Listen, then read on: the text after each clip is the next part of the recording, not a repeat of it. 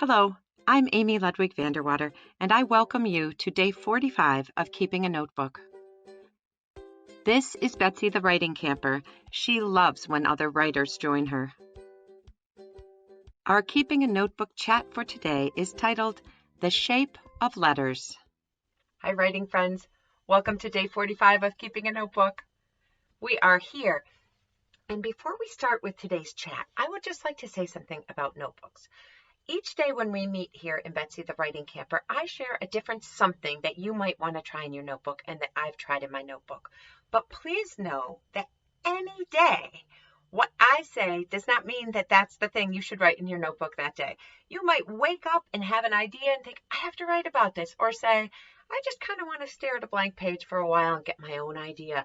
I only offer these suggestions because I'm trying different things myself, and because sometimes I know that it helps me to have a jumping off point.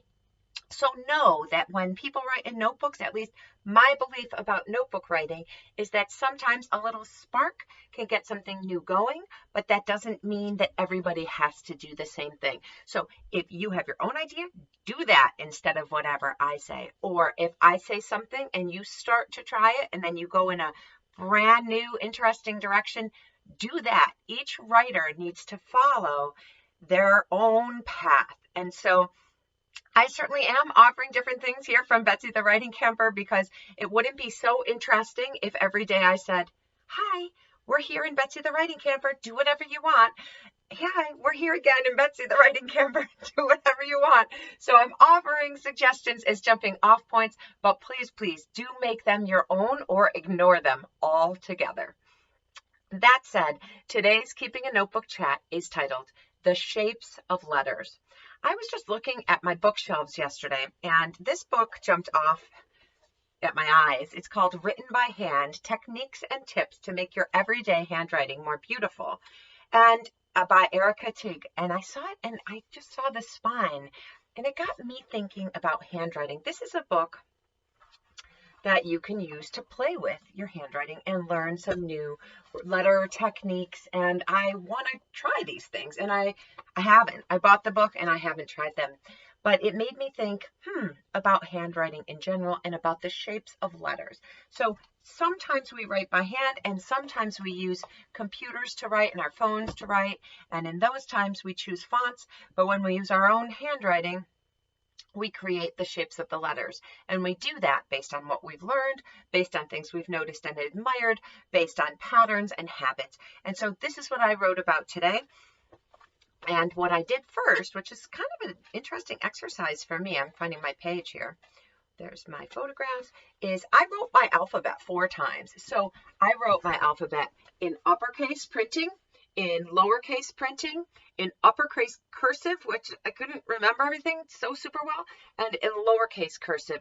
And then I wrote about what I was thinking about the shapes of letters and what I have as a history as a letter maker.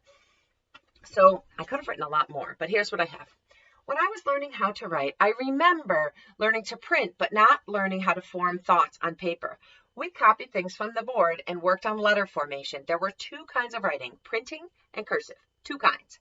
When I got to 7th grade, I remember seeing my math teachers writing on the blackboard. Mrs. Johnson wrote in a mix of printing and cursive, and I was curious about that.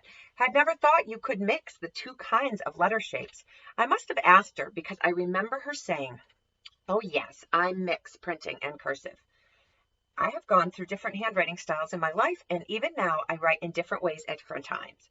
When I am drafting quickly, there's more cursive to my writing, as it's faster to dash off a word in one swoop in cursive than in printing. I remember when I started making my lowercase g's like this.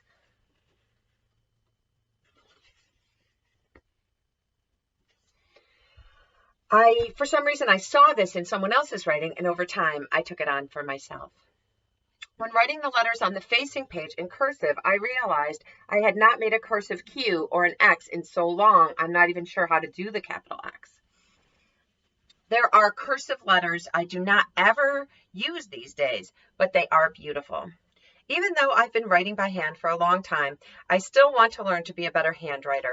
I have a book about handwriting, the one I just showed you, and I'm curious about the history and art of printing and cursive. Some people analyze handwriting and say you can learn about a person's personality through their writing. I don't know if it's true, but I like the thought of it. My grandpa Norman, my mom's dad, fought in World War II, and I have all of his letters to his parents and my grandma during this time. His script is beautiful, and each letter, in a way, is a piece of art. His wife, my grandmother, had very distinctive writing too, very spiky, and she wrote our names on the bottom of envelopes like this. She had these like spiky tails. As a writing teacher, I think a lot about the ideas in writing, and it feels good to think about the shapes of letters. Handwriting is a kind of art, and each of us can play with shapes. When we type our words, we choose fonts, and in a way, it's like choosing our handwriting and our style. But when we write by hand, we make up our style, letter by letter. I'm going to play with my own handwriting. Even above, I played with Grandma Florence's spiky tail on the Y or the G, but it's really not me. What other letters might I play with? When I was young, I loved the capital L in Ludwig. I really liked making that letter.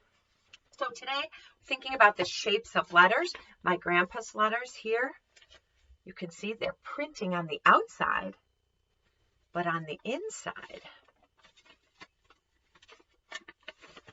cursive. So you have been writing for either a short time or a few years in your life, and if you're not sure what to do in your notebook today, you might think about the shapes of letters that you make, that you've admired, that you might like to try, and what you think they might say about you.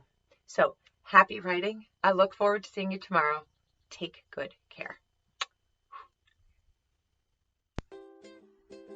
This is where I did a little playing with the shapes of the letters I make, and then some reflection about handwriting through my life. And here I continue. You can see on the left side an envelope drawing of the type of envelopes my grandmother would always write on for my birthday. We can pay attention to how we express ourselves with the shapes of letters, and we can play with our handwriting. Art teacher Noreen Sexton from Jefferson Ave Elementary in Fairport, New York, shared this project today on Twitter. I saw it and I thought, what a perfect match. I'll try this in my notebook too.